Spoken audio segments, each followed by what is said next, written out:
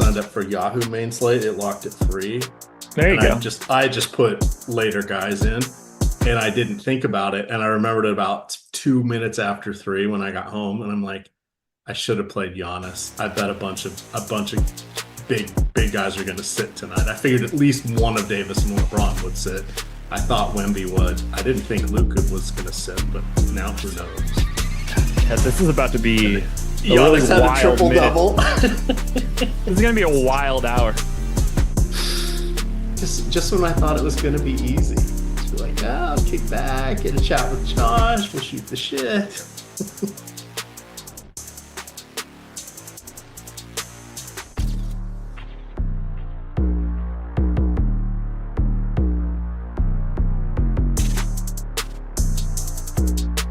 All right, Stokastic, here we go. It's your old pal EMac coming to you with one Josh Engleman, a very rare pairing. The two best-looking guys here at Stokastic. We can only do this once in a while. You got to leave them wanting more, Josh. How are you doing, good sir?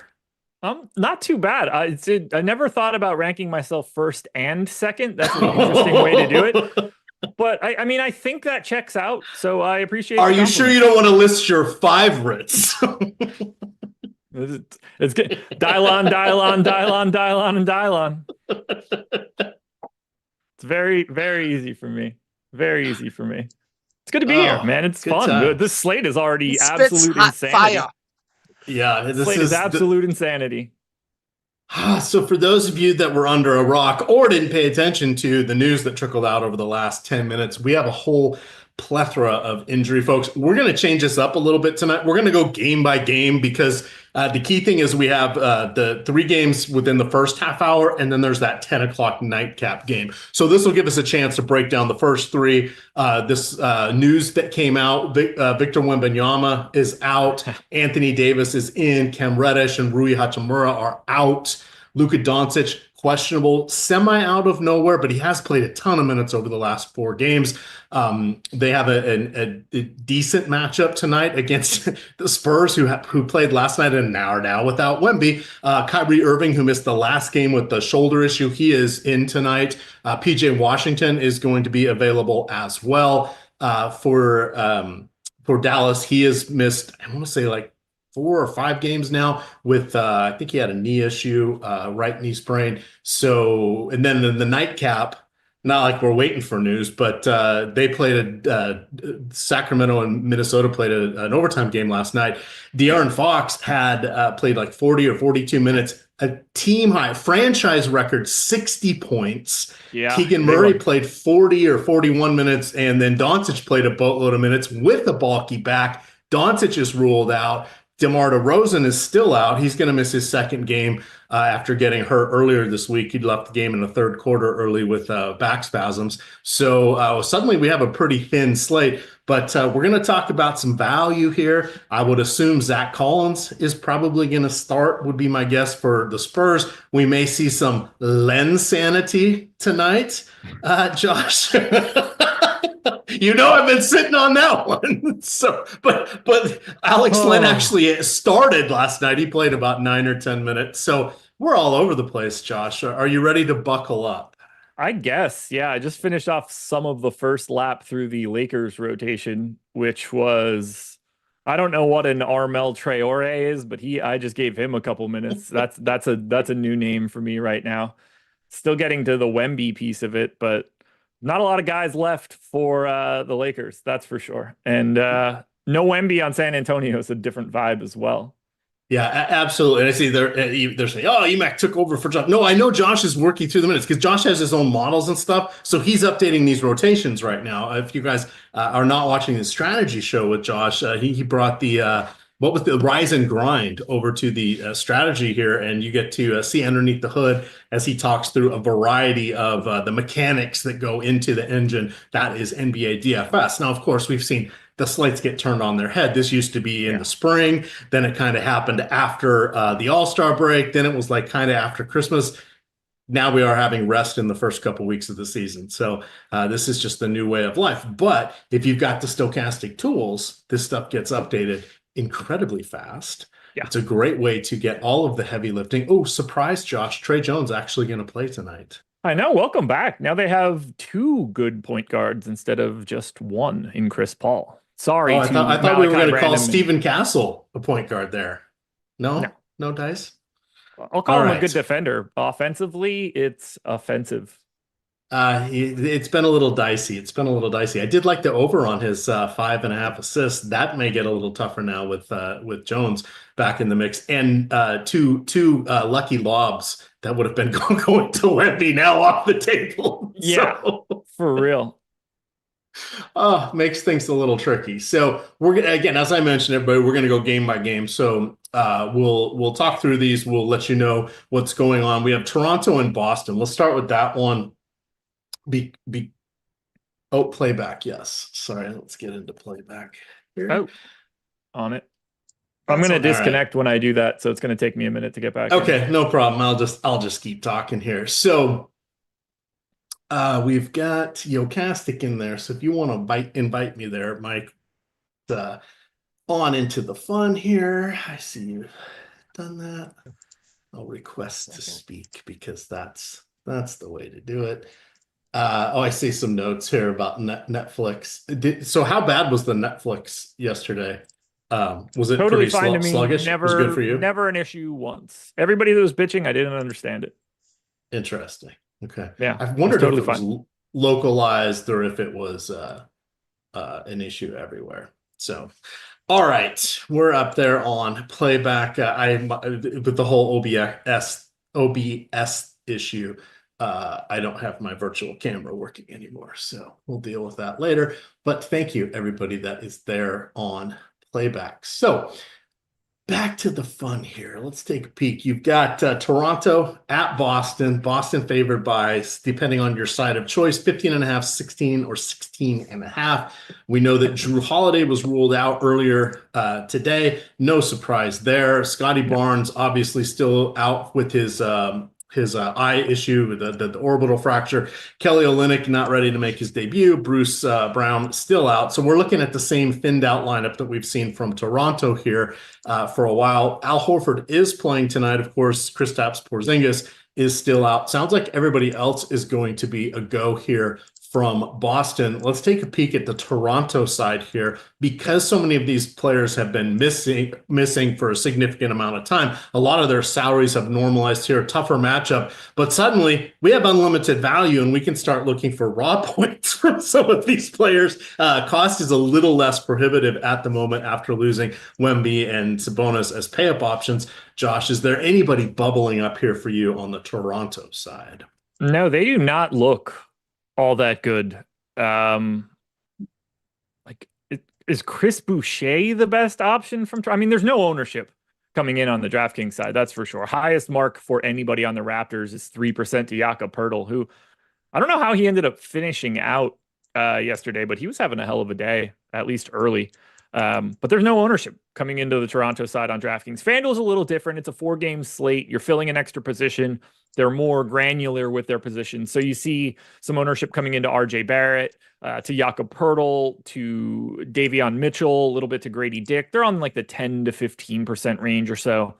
But it's not even that they look all that great there. Davion Mitchell does, because he's $900 cheaper on FanDuel than he is on DraftKings. So I can understand the value there. But I mean, we're talking about a team that I'm just guessing has the lowest implied total. If not, it's the Pelicans. It's got to be pretty close either way. They're massive dogs to a full-strength Boston team who does play down to their competition very regularly.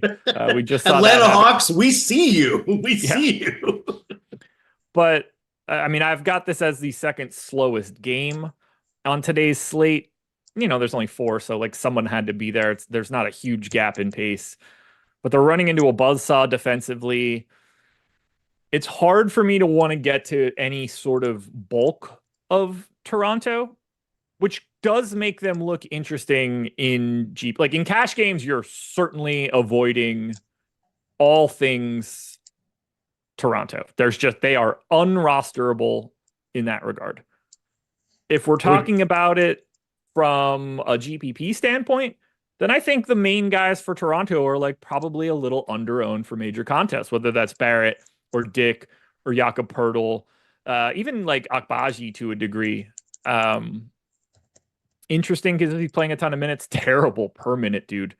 There's something here in GPPs if this game stays close, but you're going to be able to take a decent stand on anybody from Toronto, and it won't be all that difficult. Yeah, the other thing didn't hit at the top here is a ton of teams are on back-to-backs, and most of the teams that aren't on a back-to-back are playing again tomorrow. Boston, I think, is one of two teams, I'm blanking on the other, that remain on a true island game here. Toronto did play last night. They did lose at home to Detroit, of all teams here. You saw Jacob, I was going to say go with the Jake Puddle, but Jakob Poeltl, 25, 18, 3 assists, 1 steal, 3 blocked. He had played 35 minutes. RJ Barrett also played 35. Davion Mitchell, 33. Akbaji, 36. Grady Dick, 35. You mentioned Chris Boucher. He only played, 12 or 14 minutes here. I'm going over to the game log box score just to see if anything weird happened with him. He played in the first quarter. He did not step foot on the court again until midway through the third, and then he stuck that rotation out for the first minute and a half or so here in the fourth quarter. So he played 2 stints. That's not great. Jonathan Mogbo kind of was his counterpart, for lack of a better word, in the first half. But yeah, this Toronto bench, we mentioned this because they're going to probably come into play a little bit more with all of the starters playing mid-30s minutes yesterday, but it is definitely not a terrific situation going up against Boston. If we flip that around, what do you think about the Boston Stars here, assuming we get 3.5 quarters out of them? Again, we're doing the search for raw points at this stage already. Feels like a 2-game slate suddenly. It really does. The Boston side is obviously way, way, way better. You're seeing it happening in the ownership. Obviously, Drew Holiday being out frees up, let's just call it 30 minutes for easier talking points of this rotation. And that is turning into quite a bit of ownership across the board. That's 60 coming into Peyton Pritchard now at 4,900. And he's been outstanding so far this season. Point guard, shooting guard eligible, 4,900. He's underpriced for the role that he will likely have today. Only 20% owned on FanDuel, where he's 5,400 and doesn't have an MPE. But Tatum is 20 on DraftKings, 15 on FanDuel. Brown was 25 on DraftKings and 15 on FanDuel. Derek White's 10 on both. Sam Hauser is 20% owned on DraftKings, where he's 3,600 with the small forward, power forward MPE. Not really all that owned on FanDuel at 4,200. Horford is a tough guy to get to because you just don't think they're going to juice his minutes ever in any sort of crazy way. Kate is getting some love on FanDuel at 4,400. He's been getting a lot more minutes than Luke Cornett as of late. As I look at Boston, I see Jaylen Brown and Jason Tatum as essentially the same play here. You're just spending a boatload more for Tatum than you are for Brown. But the guy that you have to pay closest attention to is Peyton Pritchard, I think, just because of the ease of getting him into the lineups. There's a reason we're seeing his ownership be as high as it is. That value looks great. Now, we're definitely going to see that change a little bit now that we've just created all of this additional value in San Antonio and Los Angeles. But I think Peyton Pritchard is the easiest name to click on. Either one of the Tatum or Browns are definitely going to be a priority for me. And then Sam Hauser on DraftKings, just because he's 3,600 and hits that small forward position, which is notoriously the hardest one to fill. We have a lot of value here for Boston, and we heard the Boston dudes talking before the season started. These are the types of matchups that they want to get Peyton Pritchard more involved, Sam Hauser more involved. Maybe that's the problem. Maybe that's why they lose to shit teams, because they stop doing the things that they should be doing. I obviously assume Boston just handles Toronto here, but this is one of, if not the most popular teams on the slate, and with good reason. Yeah, and those are very all salient points there. Of course, the guy I like probably, as you called out, was Sam Hauser. We're hoping he's chucking some threes tonight. He is the new and improved version offensively of Chris Boucher, at least from a DFS perspective. Doesn't quite get those defensive stats, but you're looking at a similar point per minute fantasy wise. Not quite the same upside, but a little bit more consistent. And we know Hauser does have upside because we saw him last year several times in the last month of the season when Boston was kind of resting people in waves. He was just knocking down 4, 5, 6 threes in games quickly there. He kind of likes that spot at the top of the key coming off a pick. So the top of the arc, coming off a pick there. So he is the one guy I feel pretty reasonable about. Normally that would have gone to Pritchard, but Pritchard has jumped up a little more. We'll see when the dust settles. That extra 1,500 bucks may not be that big of a deal to maneuver around here as we're starting to lose pay-up options with Giannis kind of tentative, or Doncic tentative here in the mix. We'll have a lot more information on for everybody that doesn't know. Yeah. So Luka on the 6:30 injury report was listed as probable. And then we got the ambiguous game time decision tweet from Underdog, which technically means absolutely nothing. If Luka is continued to be probable at 7:30, I'm just treating it like he's in. If he gets downgraded to questionable, that's when we start getting a little bit nervous.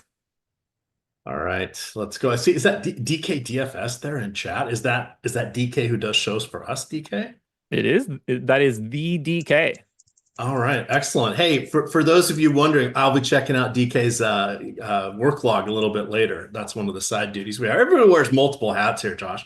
They always forget. Mine is tracking down contractor payments. Josh is busy behind the scenes coming up with all sorts of crazy. I heard you're working on some interesting stuff here for on the betting side of stuff. Do you want to spend a quick minute on that before the news starts to come in and just crush us? Yeah, sure. No, I've just thank God for technology. Thank God for your chat GPTs and your Claudes and your AI, because I've just been building a wealth of sports betting apps to analyze different markets, like double doubles and triple doubles, like your points ladders, highest scorers in each game, that King of the Court promo for DraftKings, simulating to see who's going to have the highest PRA. Just diving into a lot of it. There's so much data out there now, and it's so easy to manage and mess around with that I can't help myself. I'm coding basically every free second that I have, and I enjoy it. It's fun. So easy, even a ship my money can do it. True exactly. Story. True story. Man, when I first met him and he barely could do anything in Excel to what he can do now, it's just light years ahead of the game. It's pretty impressive. It has been a journey for him, that's for sure.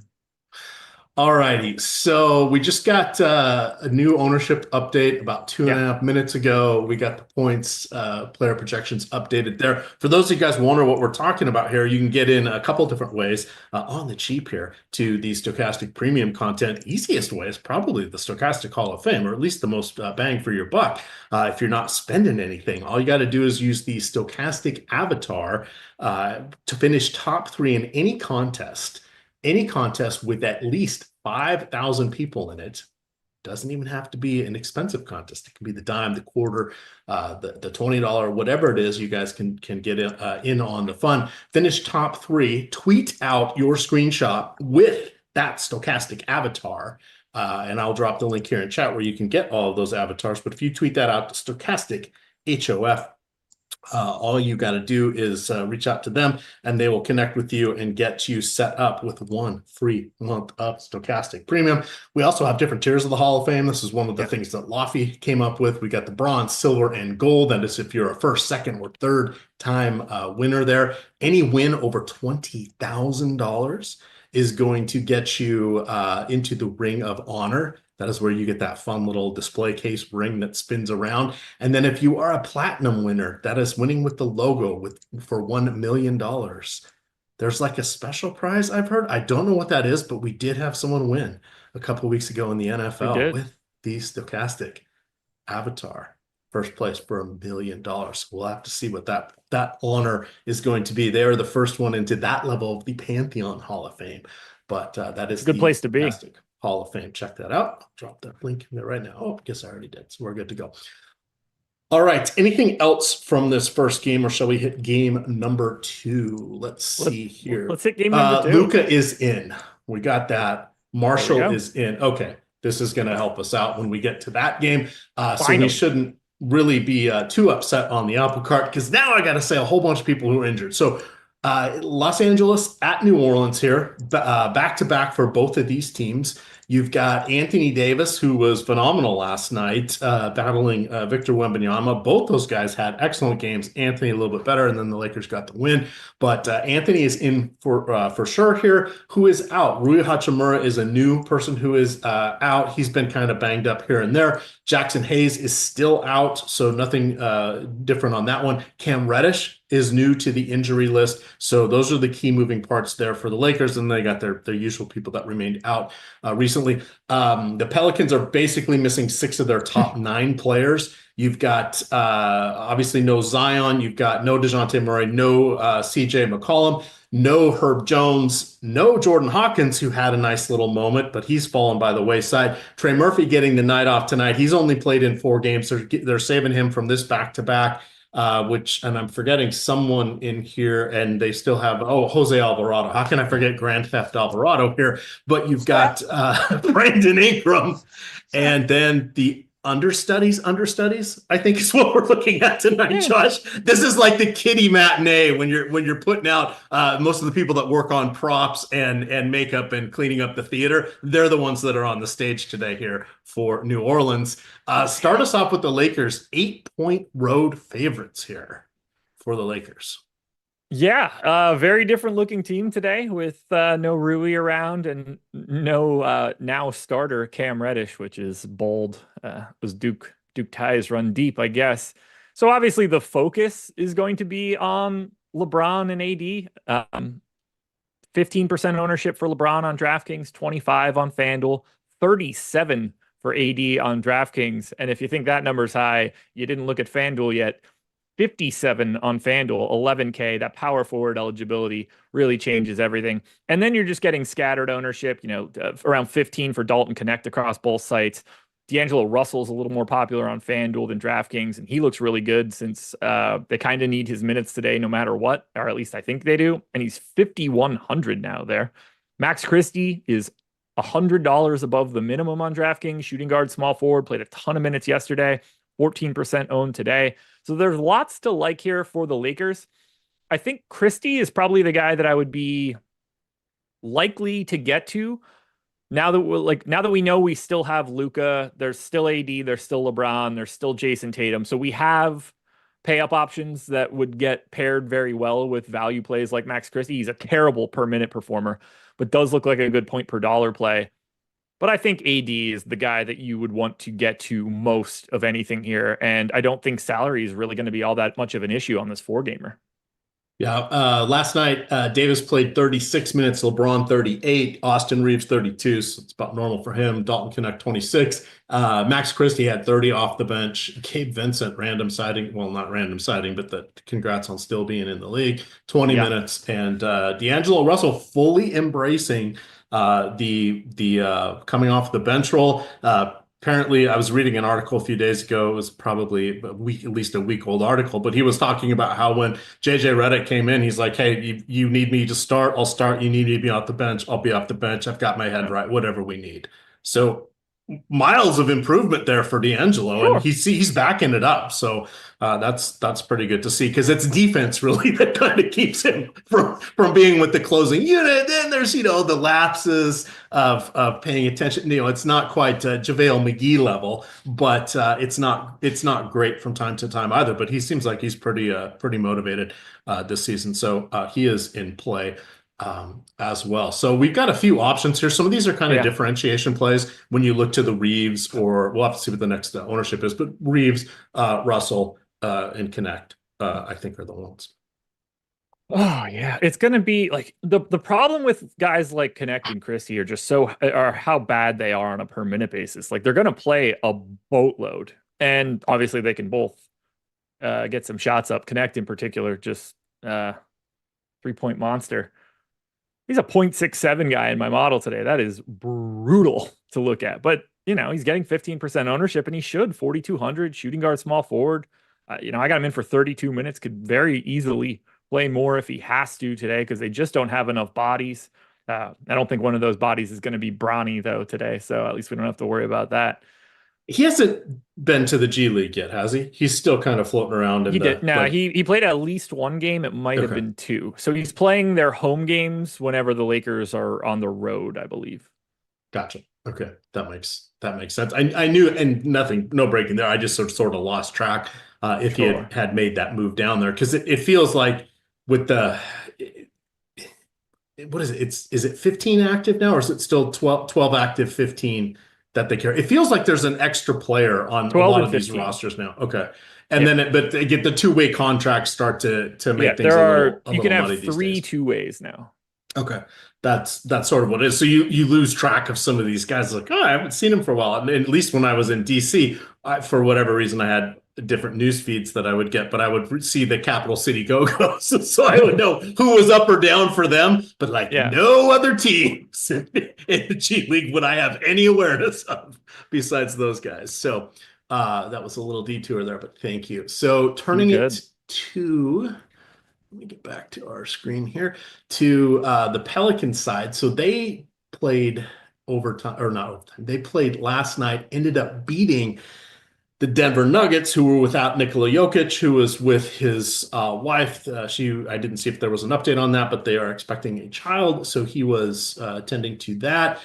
We, of course, have Aaron Gordon is out. Jamal Murray started to look like he was going to lay an egg, did okay there, but wasn't enough to carry the team. It ended up being the New Orleans Pelicans here. So last night we saw Ingram play 37 minutes.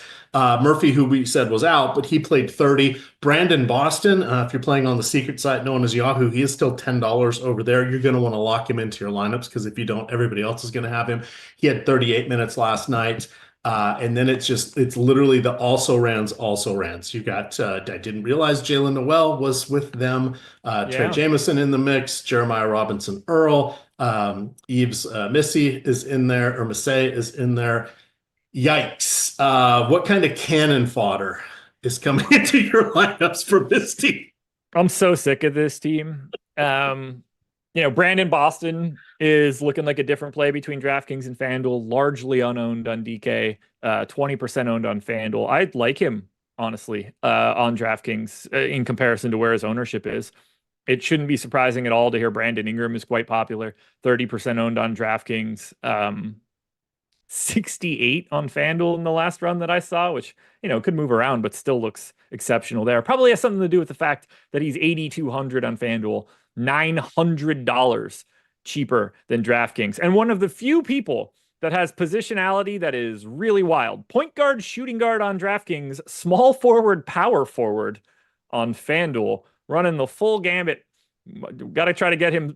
He's probably center eligible on Yahoo, really complete the square there. And then it's really very little else, around 10% ownership to JRE, to Javonte Green, and Jamal Cain on DraftKings. No real other ownership on the FanDuel side other than 24% coming into Javonte Green. This team is really unfun to look at. Ingram's the priority. It's not even close. I think Brandon Boston is actually the second best play. I like him more on DraftKings than Javonte Green and more than Jamal Cain, who's getting 13% ownership. We just have a little bit more value in that Jamal Cain range now, and I think the minute ceiling for Boston is really appealing. But the best play in this game overall, regardless of site, is Brandon Ingram on the FanDuel side. That price tag does not match his role with what's going on for the Pelicans and who's available. That MPE is totally perfect. He's like one of the first names you're clicking in a FanDuel cash game. Very happy to get to him there. I think I'm going to have like more Javonte Green on DraftKings than I want to, at least based on my last run. But I don't really have a ton of the Pelicans, and I'm not super mad about that. Like the Lakers still have LeBron James, Austin Reeves, and Anthony Davis, and even D'Angelo Russell to a degree. The Pelicans don't exactly have the same sort of talent spread. And I think that's why we're probably seeing the Lakers be 7.5 point favorites here. So not as much for me on the Pelicans side. Ingram looks like the best dude. I'll probably have more of the Jamal Cains and Javonte Greens of the world, but I'm okay with not having much of the Pelicans. Yeah, it's the other thing is if you're missing enough players, and they pretty much are, defense or offenses can just be completely dysfunctional Yeah. in the NBA. And we see some of these shorthanded teams survive, do okay. The Lakers actually are pretty decent defensively when Yeah. they need to be here. And just having Anthony Davis, even if he's a little lead-legged tonight, and LeBron just, clogging things up, can be really tough when you have 1.5 NBA caliber players going tonight. The half I would give to Brandon Boston, who's been great this year, but disappeared every other year he was in the league. Well, was he a first round pick? I know this is like his fourth or fifth year in the league. I can't remember if he think was a he was. second. Was he like the 29th pick to the Clippers or something? It That's was the way that I something. remember it. Yeah. I'm looking right now. No, barely drafted, 51st Okay. overall pick to the Grizzlies. Okay. I don't know, who am I thinking of? Clippers drafted somebody stupid that bounced around Was then. it Shake? Not Shake Milton. Terrence That's Mann. I don't that's what I know. was I don't know thinking. what I'm thinking of. Yeah. Doesn't matter. It was not. Who was it? Mason the third. Who was that? Who was the guy who played for the Kings for a while? Frank Mason. Frank Frank Mason. Mason. Yeah. Shout Yeah, out and then he ended up Illinois. being like a G League MVP or whatever during COVID or the year after COVID, something along those lines. Anyway, he was Standard starting lineup for the Pels, by the way. Ingram, okay. Boston, Green, JRE, Misi. And we do have the Toronto starting lineup as well, as expected. Davion Mitchell, Grady Dick, RJ Barrett, Okbaji, and then Jakob Hurdle there. So yeah, it's the dysfunction on this offense. It's hard to, like, with not having a Trey Murphy or someone like that, you can kind of pinpoint. It's like, all right, who's doing anything besides Ingram and probably Boston at this point. Celtics, White, Brown, Tatum, Horford, Kata. Okay. What does that do for Kata for you? That's what I was expecting. So Okay. everything that I said for Boston before is the same as it is now. Just makes it yet another center option that is on the cheap. Okay. Yep. All right, let's head on to our next game here. Then we'll have some time for questions. We got two more, but we'll be able to cruise through these here. We'll talk about some fun deals that we have going on at Stokastic. But we have the San Antonio Spurs in Dallas taking on the Mavericks. You've got the Mavericks now favored by 13. Luka Doncic playing. You've got Kyrie Irving, who missed the last game with the shoulder issue. That ended up being a loss in Utah there. Doncic still had a pretty good game, but couldn't quite bring it home. You've got Najee Marshall, and PJ Washington is back after having missed, I want to say he missed like 5 games with the knee sprain. On the Spurs side, Devin Vassell, no surprise, he's getting the night off. It's a back-to-back here. Victor Wembanyama is out. That's also not completely a surprise with the back-to-back. He did play in 2 other back-to-backs, but neither one did he lead them off with 34 minutes. They were more like in the upper 20s, like 27, and then he played, I forget, it was like 32 and 34 in those. He's only played over or 34 minutes 3 or 4 times, and I think he's only cracked 35 once, and it was barely. So, he's putting up the points, but let's ease him into this, because God, we've got to keep him in the league, because it is so much fun when he is healthy. We have seen nothing like this. This is like Minute Bowl, but like not all elbows and knees. It's impressive. He needs to be healthy. I want to see. I just hope he has enough health that, like, I want to know what this dude looks like at 25, because I think it's going to be mind blowing. Like he could literally add easy another 40 pounds and you would hardly notice it on him. So if he fills up, not Zion style, but if he builds up just a little bit, that will be pretty good. We got. Did you mention the Lakers starting lineup? I did not. Okay, Reeves, Christie, Connect, LeBron, Davis, which was pretty much what I was expecting. Although I wouldn't have been surprised if Russell got back in there in lieu of one of Christie or Connect, but he'll be on a lot, because what the hell else are they going to do? Yeah, they are running super duper thin. So when Doncic got sort of that potential downgrade, sometimes it's hard to tell close to games when they're parsing. It didn't really change on the injury report, but then reporters ask different questions or hear different stuff from the different staffers, if not the coach in the pregame presser. It sounded like, okay, he's dealing with knee soreness. We already knew that. But over the last 4 games, he has averaged almost 40 and a half minutes. So that is a pretty heavy workload here.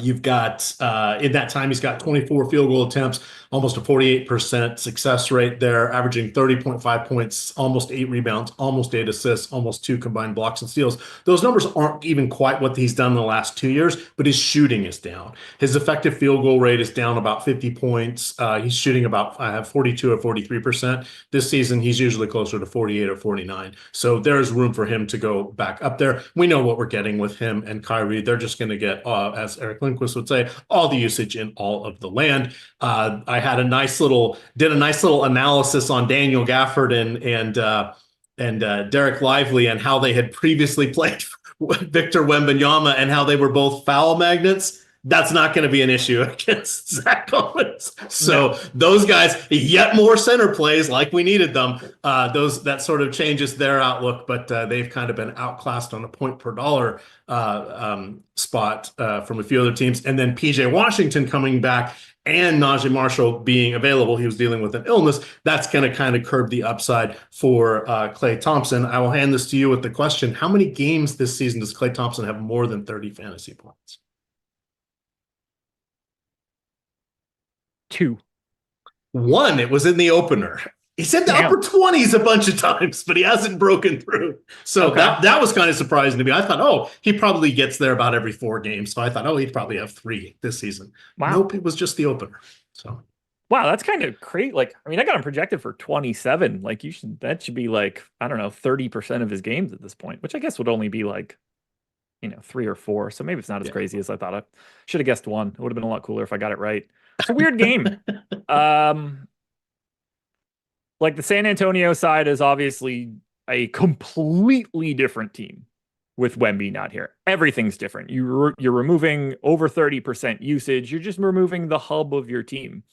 And, Zach Collins, 4,900 on DraftKings, honestly, a little bit more expensive than I was expecting him to be, just because he's a complete nothing burger every other day, fully unrosterable. 30% owned on DraftKings on the last run that we had, 65 on FanDuel, where he also is $800 cheaper and has the power forward eligibility. So Zach Collins is sort of a lock button cash game play on the FanDuel side. And then we're seeing like 20% ownership to Castle and Champagne on both sites. I prefer Castle to Champagne. Just the defensive ceiling, it makes me feel a little bit better there. And, maybe with Wemby out, they want him to get it going. He's so bad on offense that it's not like fun, but I can handle inefficiency if volume can be there, and with no Wemby, that can be there. 49% true shooting on the season for Stephon Castle so far this year, 28% from 3. Those numbers aren't exciting, but maybe, just maybe, he's just going to take enough shots to offset that, grab a couple stocks, maybe handle the ball a little bit more. Although having Trey Jones back and Chris Paul might change that hair. So my preferences here are Collins 1, Castle 2, Champagne 3. And then I see like Harrison Barnes and Chris Paul and Keldon Johnson as like perfectly reasonable GPP plays. But I think those 3 guys are like a pretty clear step behind Castle, Champagne, and Collins. Yeah, and then the other thing to call out is some of the minutes that they played last night. That would be San Antonio. You got Champagne played 31. Harrison Barnes 27, so he should be good to go there. Chris Paul 29. He started off a little slowly, ended up with a double-double, just 3 of 6 from the field, but made 2 3-pointers and all 3 of his free throws and got their own assists. You mentioned Castle. He had 33 minutes. Vassell had 22 off the bench. Those are going to be dispersed to others. Wembanyama's 34 going to be dispersed to others here. That will slot in Zach Collins and then probably Sandro Mamuka-Bilic, though we probably do need anything from him tonight. The word you're looking for is Mamukalishvili.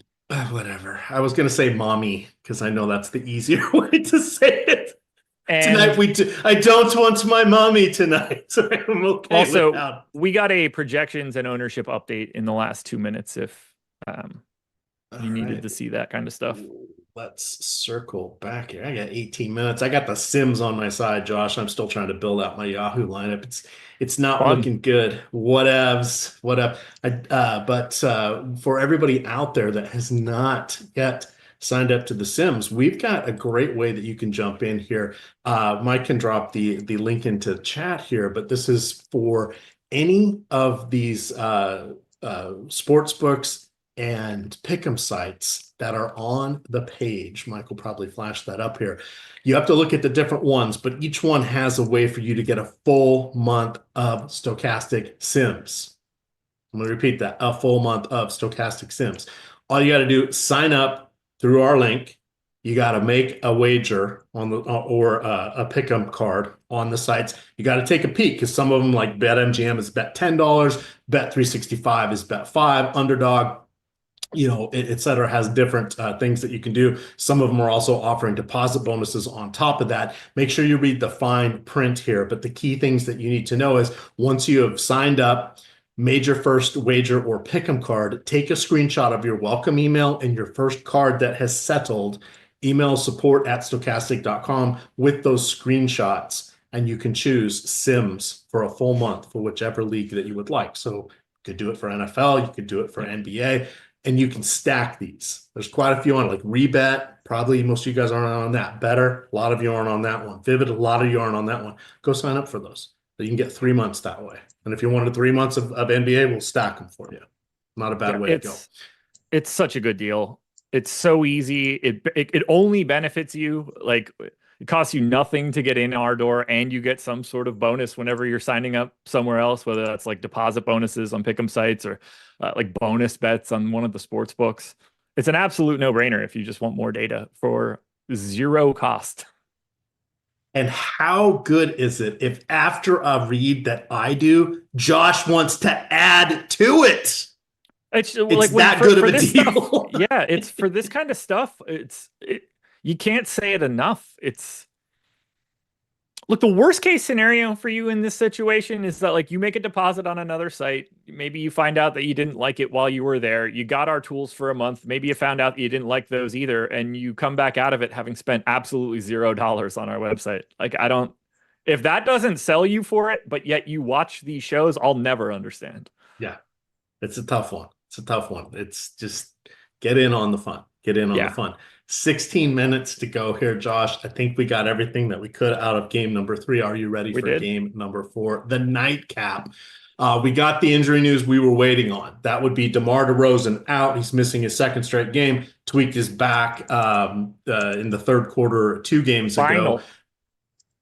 The final? I said spinal. Spinal. Shout out. Oh, give me 30 seconds here. Hey, chat. Any of you dopes that have been in chat over the past few days letting me know that Iron Mike was going to wreck Jake Paul, you got what you deserved yesterday. I told you the entire time what that was going to be, and that's exactly what it was. The old man couldn't move. So, yeah, that's what needed to happen right now. All of you that thought Mike Tyson had a snowball shot in hell at doing anything in that fight were very, very mistaken. I'm good now. Had to get that off my chest. Don't worry. I'm going to light people up on the strategy show Monday morning too. I won't be able to help myself. I would certainly hope so.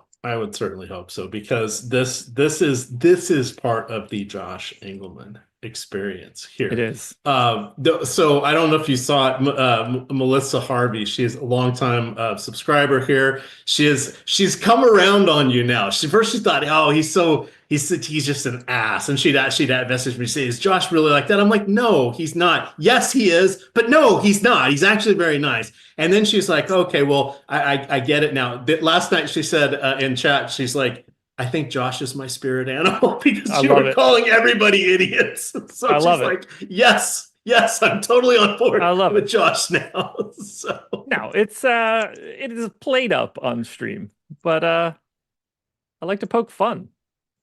It's fun to do. It keeps things moving along. Okay, so DeMar DeRozan out. Malik Monk still out. He's going to be out probably through Thanksgiving. You have Sabonis, who is out as well. He's been dealing with a sore back, played up 40-ish minutes last night in that overtime game. On the Utah side, no Walker Kessler, but we do know Lauri Markkanen is playing. So Yeah. that is helpful. We don't have their starting lineup yet. I suspect with Kessler still out, they're going to go with John Collins. He becomes now what looked like a better point per dollar play before we lost all of the superstars here. He is kind of a differentiation option, but the rebounding opens up a little bit since he's not going against the two-time rebounding champion in Sabonis today. That makes that interesting. Even if Alex Len plays, I think I'd rather play Kiedis instead of Alex Len at this point. So I don't see a ton of things that I like De'Aaron Fox, 60 points last night, but a lot of minutes there.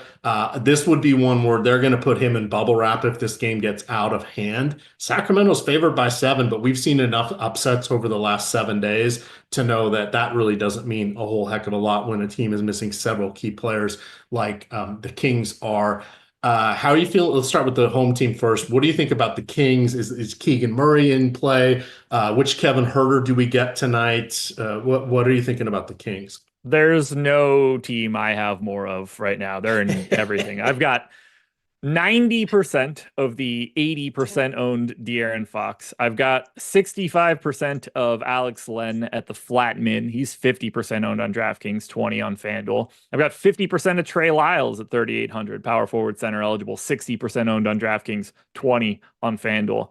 I've got 50% of Herder, who's in and around 50% on both sites. I've got 25% of Keegan Murray, who's 40 and 50 on DraftKings and FanDuel. I even got a couple shares of Keon Ellis, who's 17% owned on DraftKings and 50 on FanDuel. There's 300% ownership coming into Sacramento on DraftKings and on FanDuel. I even have some shares of Jordan McLaughlin, which I definitely wish that I didn't have.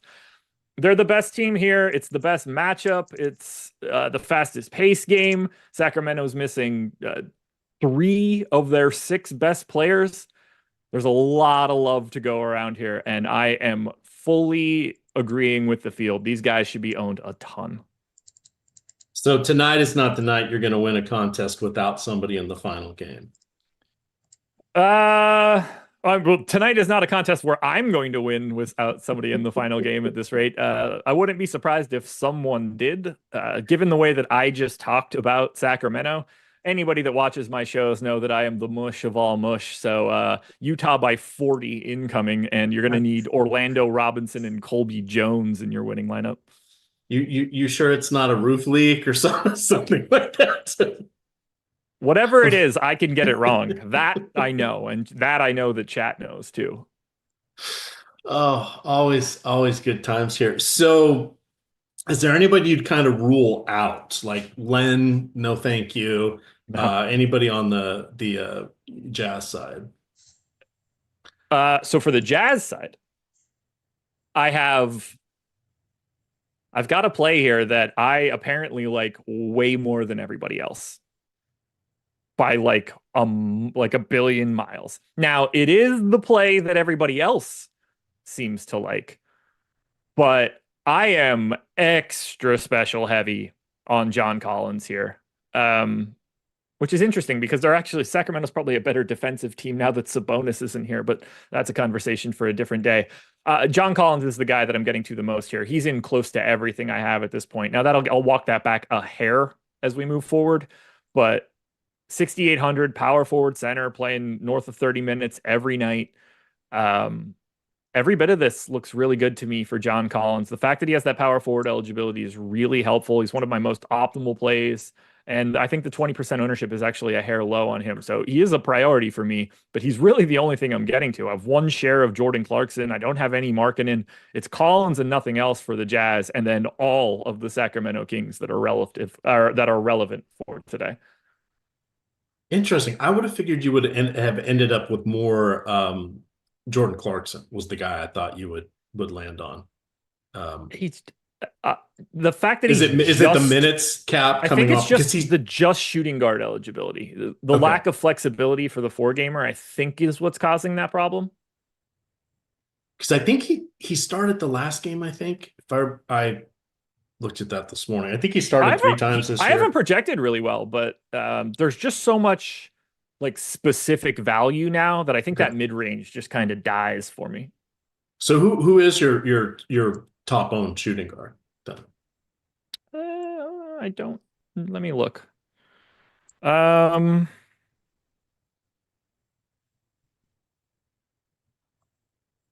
I mean, I have 30% of Castle, I have 50% of Connect, and 65% of Max Christie. That's probably carrying a lot of it. Peyton Yeah. Pritchard. And I think all Okay. those guys, to me, look a bit better than Jordan Clarkson.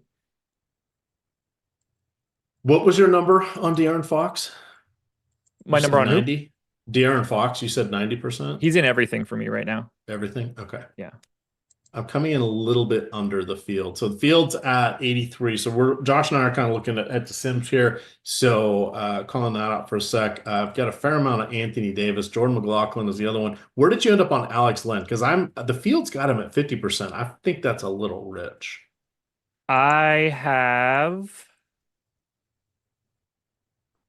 clicking around here. I currently have 45.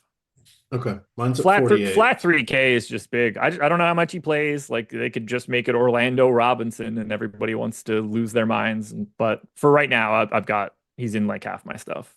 The other thing to remember is with no Walker Kessler there, for those wondering, that's kind of John Collins. He's not necessarily traditional center by any stretch. He's more like today's NBA centers or the power four, if you will, power forward slash center, if you will. That could be an issue there for Alex Len. The other one I was surprised on, Trey Lyles is coming in super popular. He does have power forward eligibility. He's 3,800. He played around 40 minutes off the bench last night. I don't know if we see a reprisal of that, but we very well could if it ends up being Alex Len just kind of played off the court.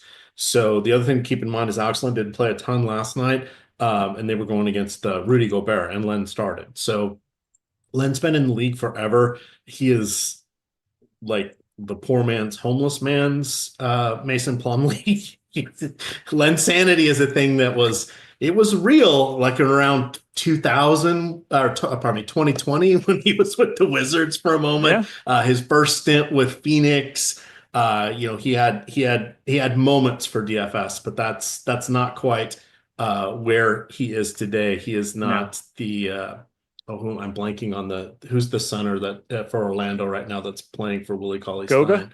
Goga. He's not Batadze. Wendell Carter Jr. is the name you're looking for, not former Sacramento Kings center Willie Cauley-Stein. Sorry. It's not a show unless I do something like that. Who's that guy starting for Orlando now in place of Kareem Abdul-Jabbar? Kareem Abdul-Jabbar, yeah. No, it's great. It's great. Slick Watts, what's going on? All right, I'm going to download my lineups here, Josh, and we're just going with the Jesus Take the Wheel.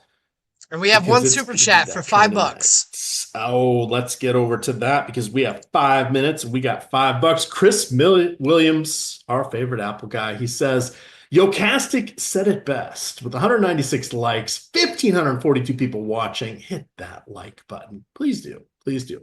Has Alex Len, Yobi Trice says, has Alex Len ever done anything? He's never done anything starting. I don't remember the last time he got double-digit fantasy points. It's like the rare sighting. It is like seeing a gazelle through the Serengeti, and usually they are taken down by a meat-eating carnivore, and that is just the end. There's a really big reason why you don't remember Alex Len having done anything. If I remember correctly, Domantas Sabonis played all 82 games last year, so you're probably not going to see a lot of Alex Len when your starting center plays in every single situation and you never have the opportunity to do that. I think I'm right.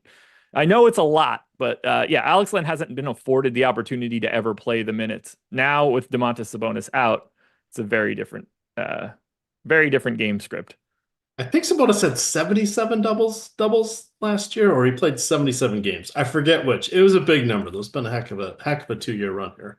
He played all 82 games last year and 79 of 82 the year before. So you just don't get these opportunities for Alex Len all that frequently. Was it 77 doubles last year? That I don't know. Oh, well, now I got to go check that out. We are 3.5 minutes away, and I'm going to go look up some minutia there. Let's see if we have any other questions in chat. Playback the games will be turned on, but Josh isn't hanging out tonight. He's a bachelor tonight. I'm not a bachelor tonight. My wife will be pulling in the driveway in the next 15 minutes. Congrats on the sex. Yeah, phrasing. That won't be happening. Phrasing. Salah Abdallah says FanDuel GPP. He has one lineup. Collins, and Castle. So there's the John Collins and I got it. Okay. Or Len, the Sacramento Collins, or Kyrie. Wait, who's now I've lost myself. I think he means the San Antonio Collins. I don't love Sorry, Kyrie. Len is 3,600 on FanDuel. Sacramento Collins. It's San Antonio Collins. San Antonio. Zach. Yeah. Zach. That makes sense. 4,100, but has the FanDuel side. Ooh, for me, it's Collins, Castle. Okay. Castle's got the MPE on FanDuel. That's more than reasonable. I'm obviously a John Collins fan based on where I'm standing right now. Same play basically on both sides, so I still like him there. And I don't have a ton of love for Kyrie today. Not that he can't carve up San Antonio. Getting to the rim should be a little bit easier of a task when you don't have some giant Gumby looking character at the rim. 77 doubles last year. Double doubles for Sabonis, 26 triple doubles. The weird numbers that stick with us. And yet the team still sucked. But they lit the beam. They did.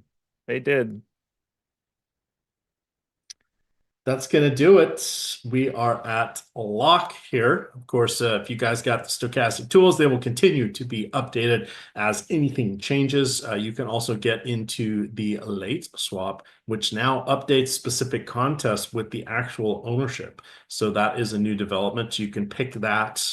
There's a drop-down menu when you go into the first tab of the late swap once you have uploaded your CSV. So if you're playing the mini max or you want a representative tournament of the large ones, pick the mini max. If you are in the, whatever their flagship one is, the $8 or the $15, whatever it is on a night-to-night basis, you can pick those. And then there's a couple smaller high-dollar contests in there that you can choose from as well. So it's a lot of good tools. The other thing I did want to mention is that if you guys go to Lofty's Twitter, that's Lofty_D on Twitter, you're going to see a phenomenal video that breaks down how we talk or how he talks about the top-down betting that is the methodology used by OddsShopper. And you guys can follow Greg. Greg is close to tripling his bankroll. I think he's on like day 14 or 15. Lots of smaller bets. We've got the automatic bet uploader over there for most of the sports wagering sites available on OddsShopper. You can get that. There's a bunch of ways you can get in for free on OddsShopper, but go check out Lofty's video. It's about 10 minutes long. One, it's funny as heck because it's a play poking fun at all of the other dumb gambling videos. Two, he backs it all up and it's great. And we've seen the results. Greg's published them. Josh talks about them all the time on his shows. Josh is, in there giving us all great picks on the Pick'em sites. There's a whole collection of talent here that is just finding ways to help build bankrolls in a sustainable fashion. These are the salad days. Sportsbooks are going to get tougher and tougher, and they're not going to like these. They already know when they're getting hit by some of these, and we're not espousing putting in big dollars either, but get in while the getting is good, and the getting is good now. So check all of that out, but check out Lofty's video. It explains it all in 10 minutes. It's a good one. It's a good one. But we're going to get on out of here. We are. Any final thoughts, Josh? Go De'Aaron Fox, John Collins, and Max Christie tonight, and Luka Doncic, who is in 70% of my lineups. All right. With that, you can find Josh on Twitter at Josh Engleman. You can find me at EMac DFS. Thank you to producer Mike. And of course, everything is at Stokastic_COM. With that, gamers, Good luck.